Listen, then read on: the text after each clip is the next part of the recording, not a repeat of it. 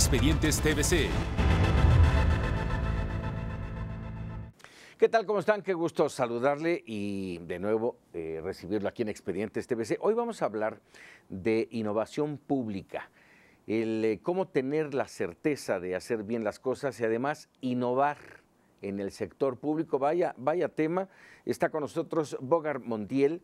Él es el autor de este texto de Editorial IEXE. Bienvenido, Bogar. Paco, un gusto saludarte. Director ejecutivo de administración del Instituto Nacional Electoral. Efectivamente. A ver, de entrada yo te pregunto, cuando hablamos de innovación, y regularmente nos pasa que utilizamos palabras y el significado no es el correcto. Cuando yo entiendo por innovación a alguien que va a crear, que va a cambiar los conceptos, las cosas de lo que se está haciendo. ¿Es correcto? Mira, la primera aproximación es correcta. Sí, solo hay que distinguir que está más orientada hacia la innovación privada.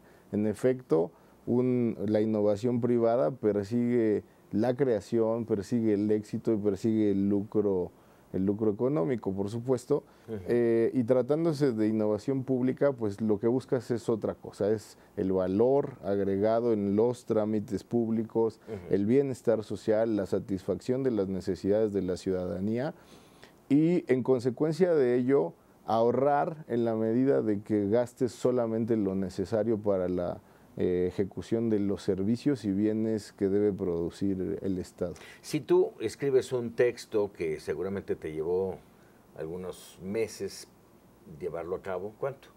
Pues mira, te diría más o menos 5 años pensarlo, fíjate nada más. Unos segundos empezar a escribir y 7 meses constantes de disciplina para concretarlo. Si tú llevaste todo ese proceso de 5 años, casi 6, es porque hace falta.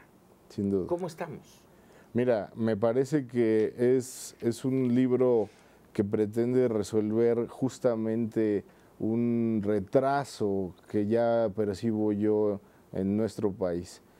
Hace aproximadamente 7 años fui invitado a la OCDE en una oficina, un área que se llama el Observatory of Public Service Innovation o Observatorio del Servicio Público en cuanto a la innovación.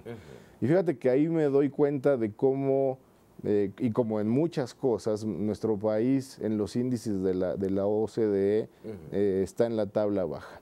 Y a partir de ahí te das cuenta de cómo algunos países ya tienen incluso secretarías de la innovación de manera federalizada o de manera estatal, y cómo están ya montados en enfrentar lo que se ha denominado justamente la revolución 4.0. Esta que está integrada por los movimientos de blockchain, de realidad aumentada, de inteligencia artificial, de robótica, de drones. Y la verdad es que volteas al país y te das cuenta que poco se está haciendo en ese camino, ¿no? Estamos, ¿no? Y justamente es ahí donde pongo el ojo y quiero colocar primeramente un texto y una posibilidad de innovar. Hay que ser sensatos y decir que para innovar hay muchos mecanismos y hay muchas metodologías, pasando desde las asiáticas como Hoshinkanri o Kaizen, a las occidentales como Lean Startup, Design Thinking, Agile, pero sin duda alguna lo que no hay es una metodología que te lleve de la mano en cuanto a la innovación pública. A ver, ¿no? ¿Quiénes deben de hacer la innovación? Mira, la innovación pública. La innovación pública tiene que ser de arriba hacia abajo, de abajo hacia arriba y hacia los lados. ¿Y cómo se logra eso? Porque generalmente piensas que tiene que ser de arriba hacia abajo. Sí, de arriba hacia abajo debe haber un empoderamiento, unas ganas de patrocinar el esfuerzo y por supuesto una dirección. Te lo digo porque yo puedo ser un trabajador del gobierno, no de alto ni de medio nivel, y decir, ay, pues mira, esto que hago regularmente lo puedo mejorar haciendo tal o cual cosa, pero no tengo el nivel para hacer el cambio. Para que me escuchen, ¿no? Ni siquiera a veces. Tienes toda la razón, y por eso en el libro se plantean dos metodologías. Una se llama la Brújula de la Innovación Gubernamental, que justamente intenta precisar qué debo hacer en mi organización, cómo debo hacer y para qué debo hacer en materia de innovación. Y los 8 bloques de la innovación es una metodología para la institucionalización de la innovación en el ADN de las organizaciones. Es decir, la innovación, mira, dice Francis Borins en su libro Persistencia por la Innovación, que la innovación ha ocurrido en el sector público, ocurre y seguirá ocurriendo. Pero desafortunadamente, esta aparece de manera accidental, a veces con esfuerzos heroicos y otras veces de manera aislada. Pero lo que no vemos aún, incluso en los países que van más adelante que nosotros, es que la innovación ya se establezca en el actuar regular de las organizaciones. Te doy un ejemplo de dónde sí ocurre: Google, Facebook, donde por ejemplo ya destinan el 20% de su vida laboral, que en una semana inglesa justo equivale a un día, a que la gente se pueda dedicar enteramente a generar productos innovadores. A crear. A crear, justamente. Pero y además se les genera el ambiente propicio para crear. Sí, sin duda. Como las agencias de publicidad, exactamente, ¿no? Sin duda. Y dices, a ver, espérame, relájate un poco, sí, ¿no? Bueno, y relájate un poco es crear. Les ponen juegos, vamos, una cancha de básquetbol, un futbolito, pues vete, distráete un rato, que eso va a generar productividad. Claro, claro, mira, en el libro justamente y ahí en la brújula, en la dimensión 1, que versa sobre mejorar el ambiente de trabajo, hay una actividad que justo se denomina pausas activas. Y es exactamente en ese rubro donde se ha estudiado acerca de cómo una pausa de descanso, de divertimento, ¿por qué no cultural?, hace que se generen muchas más ideas. En este cruce de lo monótono y lo dinámico es posible generar ideas innovadoras. Ok, regreso a la pregunta original. Y me decías tú que la innovación la debe generar cualquier elemento del sector público. Insisto, hay limitantes, hay bloqueos, hay muros que te separan. ¿Cómo impulsarlo? Mira, justo aquí en los 8 bloques de la innovación, que te cuento rápidamente que mi esposa y yo acostumbramos jugar Lego las tardes de fin de semana. Y entonces, de hecho, sabrás que existe una técnica denominada Lego Serious Play, que justamente sirve para pasar del juego a la estrategia. Y aquí podemos observar el observatorio de ideas.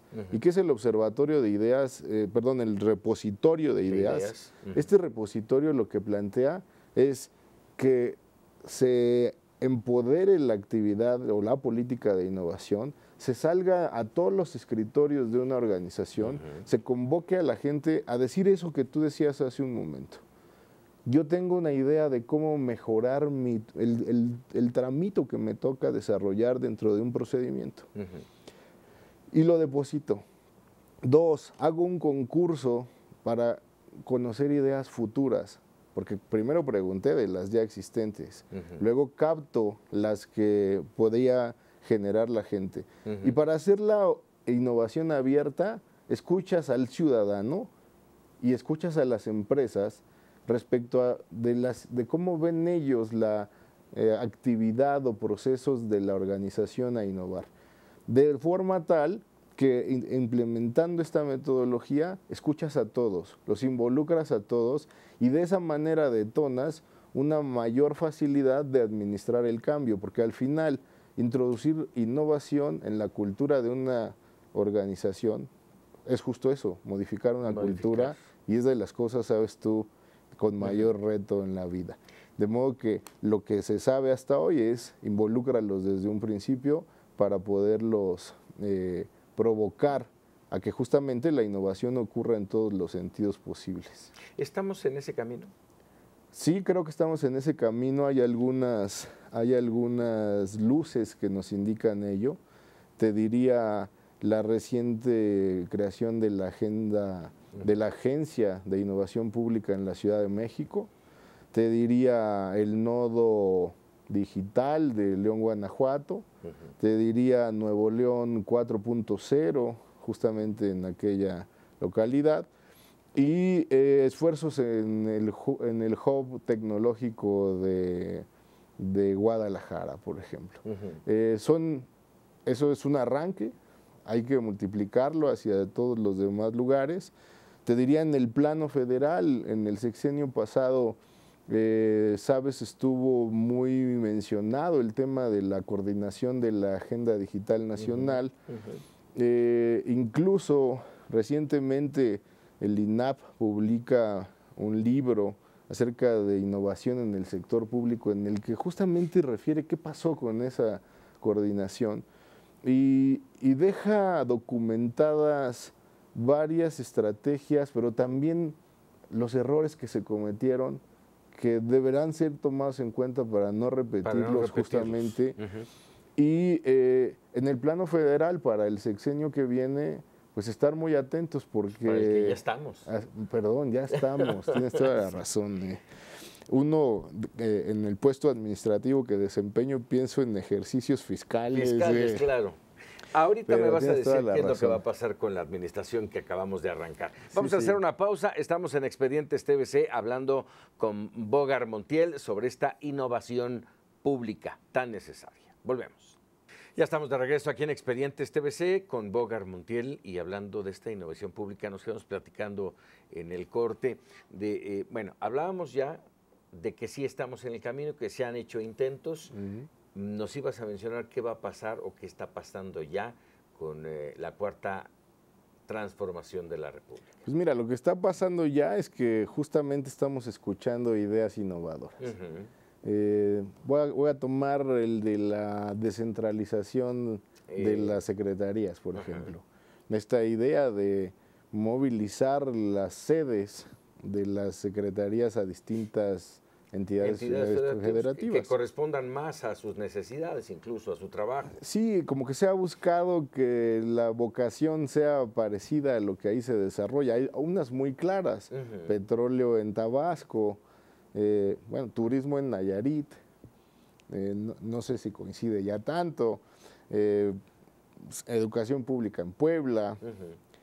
El punto es, ¿tú te imaginas que una empresa o una persona física que requiera desarrollar trámites frente a estas tres que ahora decía, con esas ubicaciones, lo pueda lograr en un día en los términos inerciales de operación? Yo te diría, fíjate, y lo platicábamos incluso antes de arrancar esta entrevista, yo te diría que sí, porque hoy tenemos una herramienta poderosísima que es el Internet. O sea, todo lo podemos resolver a través de esto. Pues ya le viste, justo mucha gente se puede ir por el lado de decir, eso es imposible, no hay ubicuidad. ¿Cómo voy a ir o voy a necesitar un helicóptero? Entonces, justo ahí es donde está la ventana de oportunidad a la innovación pública. Efectivamente, tenemos Internet, efectivamente podemos tener kioscos, porque el problema del Internet es que no está en todo el territorio. No, y no en todos lados funciona igual. Pero puedes hacer 4 escalones distintos. Donde sí hay, te despreocupas. Donde no hay, coloca kioscos en el punto más cercano para que la gente asista ahí a hacerlo, porque no lo puede hacer desde su casa. Claro.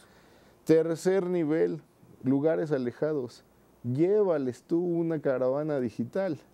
De modo tal que cuando te acerques al primer punto de conexión, se carguen los sistemas y los trámites continúen. Claro. Y el último es donde de plano no se pueda, conserva el papel, toma nota de que ahí hay que resolver un tema de conectividad y ve avanzando en esa cobertura. A ver, aquí yo veo tres temas a discutir. El primero de ellos está ya toda la administración pública, federal, estatal, municipal, están listos, ya están trabajando vía internet, ya dejamos de ver las máquinas de escribir en los escritorios. Tú vas todavía a algunas clínicas, por ejemplo, del ISSSTE, siguen trabajando con la máquina de escribir. Sí. Algunas, no todas, insisto. Esa es una. La otra es factible que la gente tenga confianza en los trámites vía web? Mira, haces una pregunta muy interesante. ¿En qué sentido? Este país demanda de la generación de confianza. En todos los sentidos. Nos hemos ido tropezando en que la desconfianza nos ha encarecido la vida, nos ha dificultado el actuar. Fíjate que los ejemplos sirven mucho en esto. La votación de Brexit se hizo en papel bond. Los funcionarios de casilla eran los servidores públicos de las oficinas gubernamentales. Y si se acababa en una casilla las boletas, se les sacaban copias y la gente seguía votando para decidir si te quedabas o no en la Comunidad Europea. Sí, una decisión fundamental. Nadie cuestionó si se falsificó una boleta, sí, claro, si se embarazaron las urnas. Otra cultura, Es una cultura con confianza. Con confianza, claro. Entonces, me parece que estamos avanzando. Mira, tú realizas actividades bancarias a través del Internet.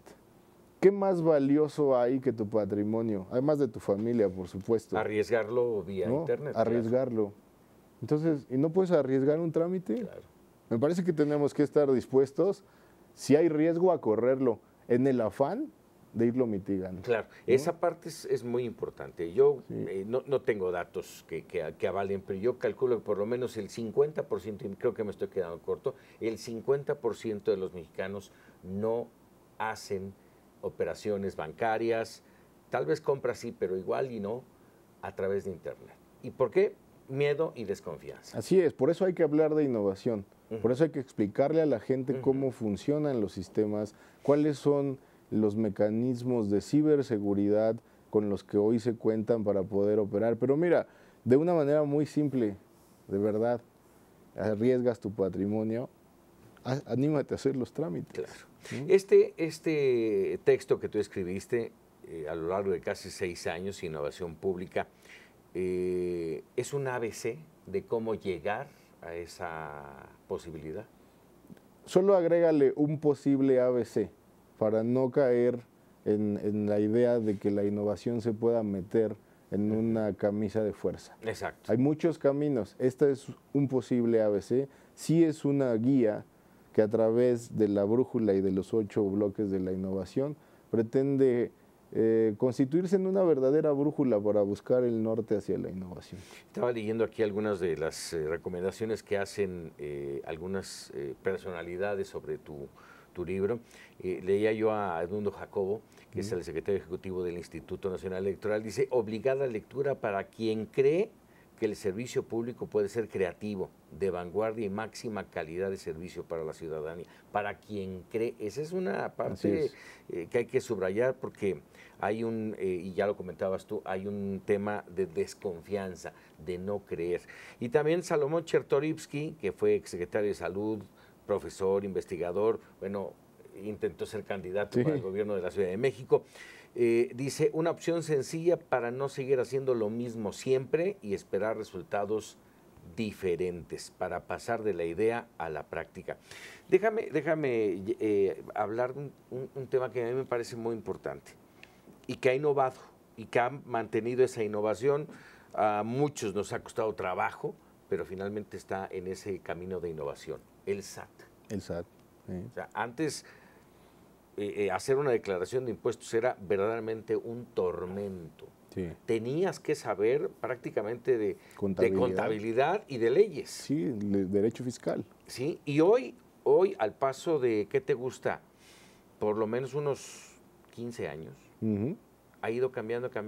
Hoy en la actualidad te metes al SAT, un botoncito, pones tus datos y te sale todo lo que recibiste, todo lo que gastaste. Así es. Y ya nada más tienes que decir esto sí, esto no. Y validar. ¿No? Validar.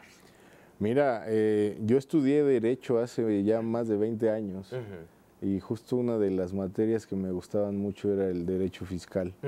Por eso incluso cursé la maestría en esa materia. Y desde hace 20 años los profesores decían: ¿cómo quieren que se incremente la recaudación, Ujú. si es prácticamente un ejercicio casi científico el poder hacer la declaración. Y felizmente coincido contigo en que el SAT ha hecho un buen esfuerzo hacia justamente la generación de innovación para facilitar la forma en la que ahora declaramos. Y esas son de las cosas que no se pueden perder solo por un cambio de sexenio. Hay que darle continuidad a este tipo de cosas. Y hay otra muy buena, el IMSS Digital. Fíjate que el IMSS Digital, entre las cosas más palpables, es que hoy tú en 2 minutos puedes reservar tu, tu consulta para el día de mañana sin tener que formarte.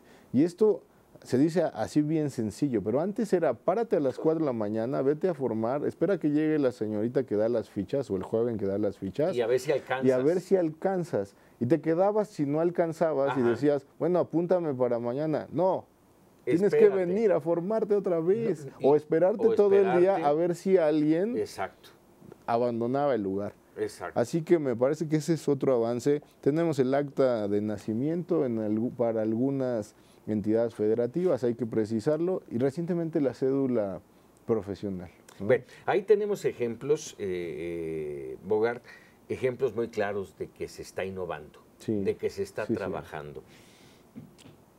Pero hace un momento, creo que fuera del aire, hablábamos de, hay cosas muy buenas, se termina una administración. Y se elimina. Y se eliminan en muchos de los casos. ¿Pasará eso en la cuarta transformación?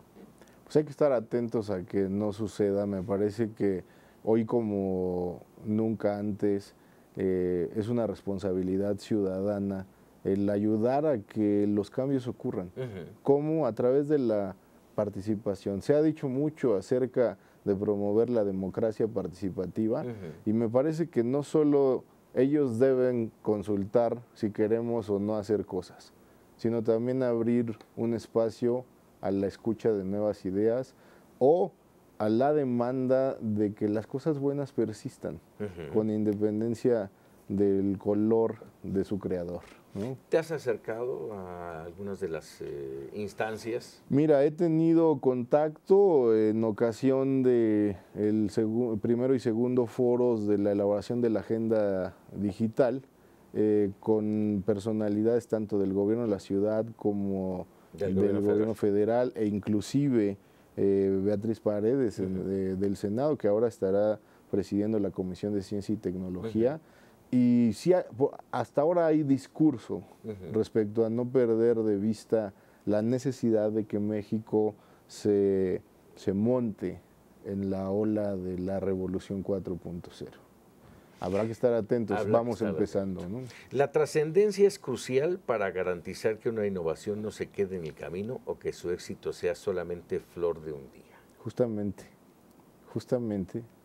esto versa sobre esa necesidad de dejar la innovación plasmada en instrumentos legales que se vuelven un poco más difíciles de hacer borrón y cuenta nueva, a esta práctica de generar sistemas que por esa falta de arropamiento legal, pues simplemente le bajas un switch y ya no existe. Se acabó. Así que por esa razón, dentro de los 8 bloques de la innovación se encuentra un observatorio de la innovación en la que todo el mundo pueda, y cuando digo todo el mundo, es todo el mundo a través de Internet, pueda saber qué innovaciones están ocurriendo en una determinada entidad pública y de esa manera se esté al pendiente de los beneficios. Y mira, mientras más gente lo usa, más gente se dará cuenta si se quiere eliminar de los beneficios. Y más gente podría pugnar porque la innovación continúe cuando es buena, ¿no? Y me quedo con esta última ya para despedirnos. Cuando la cultura de la innovación se instaura dentro de una institución pública, es como un virus que se contagia. Cada agente innovador es un portador. Esto es fundamental. Sin duda. Y yo le agregaría esto a que los ciudadanos también tenemos que acercarnos y decir, oye, a mí se me ocurre que esto que estás haciendo y que ya me hizo perder tanto tiempo, puede ser mejor si lo haces así. Igual y no nos toman en cuenta, ¿no? Pero bueno, no cejar en el empeño de cambiar las cosas como ahora los vemos y acabar, déjame decirlo así, porque así lo manejamos casi todos, acabar con la burocracia. Tienes toda la razón. ¿Cuántas veces en una fila has dicho, ¿qué no sería más fácil si? ¿Qué no podríamos hacer Exacto. A, X o Y? Hay que expresarlo. Hay que invitar a todos a que lo hagan. a que dejemos de quejarnos y escribamos algo más o menos sólido. Y entonces esto tome la fuerza necesaria para ser tomado en cuenta. Bueno, pues de entrada ya Bogart Montiel arrancó con este primer texto de Editorial IEXE. Evidentemente está ya en todas las librerías de prestigio y las de no prestigio también ahí va a estar seguramente. Innovación Pública, un buen texto, interesante, sin duda trae muchos temas y además rápidamente platícanos de claro que el sí. tema de la app. Miren, Compran su texto, sí. ya con el libro en mano. Y entonces escribir de innovación pública y no aplicar una de las metodologías de la Revolución 4.0 hubiera sido un contrasentido. Tanto para los usuarios de iOS como los de Android, la aplicación se llama igual que el libro, Innovación Pública, se pulsa aquí, se le da inicio, unas breves instrucciones que consisten simplemente en afocar la portada y ven ustedes aparecer ahí justamente de manera digital la brújula de la innovación gubernamental. Y bueno, pues cuando lo tocan, lo que sucede es que se activa un video en el que simplemente se da una explicación breve de lo que se encontrará en este libro. Esto es, poco a poco iremos agregando en la aplicación varios de los esquemas que pudiste ver al ojearlo y que te aportarán información adicional a la contenida en el impreso. Muy bien. Esto es pues ahí está, Bogart. Como siempre, agradecido, Muchas Bogart, gracias, bienvenido. Que no mío. sea la última y que este impulso a la innovación verdaderamente sea fundamental y exitoso. Muchas gracias a ti, a Expedientes TVC y a todo tu auditorio. Muchas gracias. Y gracias sobre todo a usted por regalarnos estos minutos para conocer de la innovación pública en Expedientes TVC. Nos vemos la próxima.